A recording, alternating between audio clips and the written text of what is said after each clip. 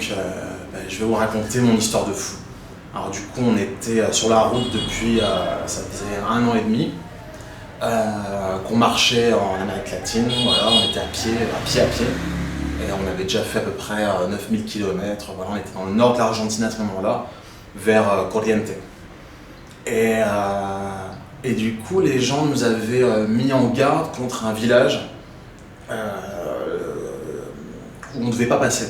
Ils nous avaient dit, faites un grand détour pour ne pas passer par ce village-là.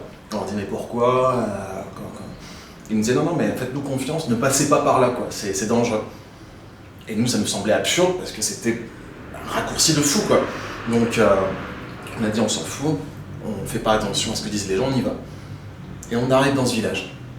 Et là, on arrive dans une espèce de bidonville, mais énorme, en plein milieu de la jungle, truc mais absurde, avec des égouts à ciel ouvert, et un groupe d'hommes qui viennent nous voir et qui nous disent « Ne passez pas par là, gringos, vous allez vous faire tuer ».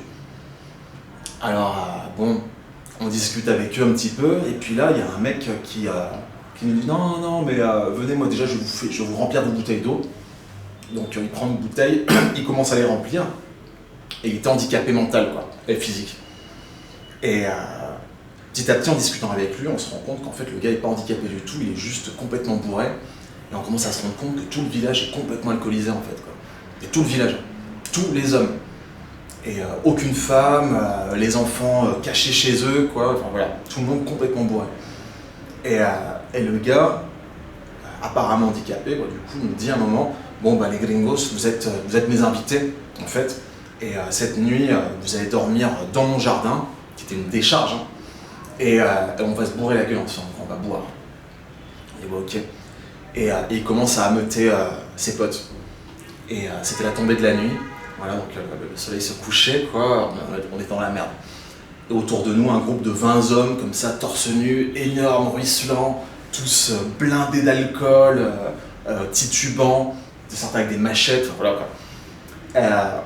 Du coup là, on rompt la règle d'or qu'on avait, qui était de ne jamais parler français. Moi je la romps, et je dis, on se casse, on va se faire tuer, on se casse quoi. Et du coup on prend nos sacs, sans les bouteilles d'eau, voilà, on charge, et on se barre. Et là, le faux handicapé commence à montrer son vrai visage.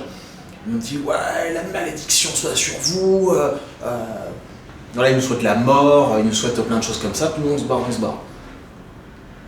Et les hommes du village ne nous pourchassent pas, ils restent là, nous insulter tous, à lever leurs machettes, machin. Bon. On se barre sur ce chemin. Je me rappelle qu'il y a une grande côte comme ça à la fin du village. On arrive en haut de la côte, et puis là il y a un virage. Et à ce moment-là, il y a une intuition qui me prend comme ça. Je lâche mon sac, je reviens en arrière, et là qu'est-ce que je vois dans la pénombre venant du village, un groupe d'hommes armés, avec des machettes, avec tout un attirail, quoi, et qui viennent dans notre direction. Dans cette direction-là, il n'y a rien, il faut le savoir. Il n'y a rien. Il y a 2 jours de marche.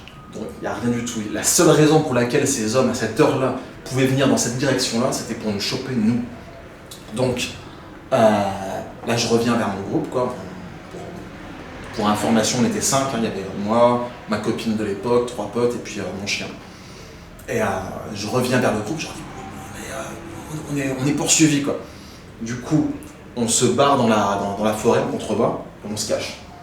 Le groupe d'hommes passe, on reste 1 heure comme ça caché. Ils repassent de l'autre côté. Donc c'était sûr et certain, ils venaient pour nous, et à mon avis, c'était pour un carnage, clairement. Et donc on reste caché comme ça dans la jungle, on attache nos hamacs dans l'obscurité, et on va pour se coucher comme ça. Mais l'histoire n'était pas finie. Il faut voir que dans la nuit, ma chienne commence à hurler à la mort, à hurler, comme si on la tuait. Elle monte dans le hamac, tout ça, elle commence à faire des sauts dans tous les sens. Je dis, mais qu'est-ce qui se passe? Je descends du hamac, je mets un pied par terre, comme ça, et là, une multitude de fourmis me monte dessus et commence à me piquer, quoi. Et je regarde, quoi, avec une lampe, comme ça, je regarde par terre, une armée de fourmis, mais incroyable. En fait, c'est des fourmis guerrières qui avaient investi cette forêt et qui passaient, qui détruisaient tout sur leur passage. Mais toutes petites, mais tellement nombreuses qu'elles détruisaient tout. Et elles étaient en train de bouffer ma chienne. Et on ne pouvait rien faire. Donc clairement, je commence à essayer de ramener ma chienne dans le hamac, un truc comme ça. Elle veut pas. Et finalement, je l'entends courir dans la forêt et j'entends un gros plouf. En fait, il y avait une rivière en contrebas. Du coup, elle a passé la nuit émergée dans la rivière jusqu'à la truffe, comme ça. Et voilà. On dirait que c'était vraiment la soirée et la nuit la plus affreuse qu'on n'avait pas passée depuis très très longtemps, quoi. Et voilà, le lendemain, on a défait nos affaires, on est parti. Et je dois dire que c'est une des journées où je me suis senti le plus vivant de toute ma vie. Et voilà, ce qui s'est produit à chaque fois qu'on est passé à un doigt de la mort, où le lendemain, tu te sens plus vivant que jamais. Et voilà, ça c'était mon histoire.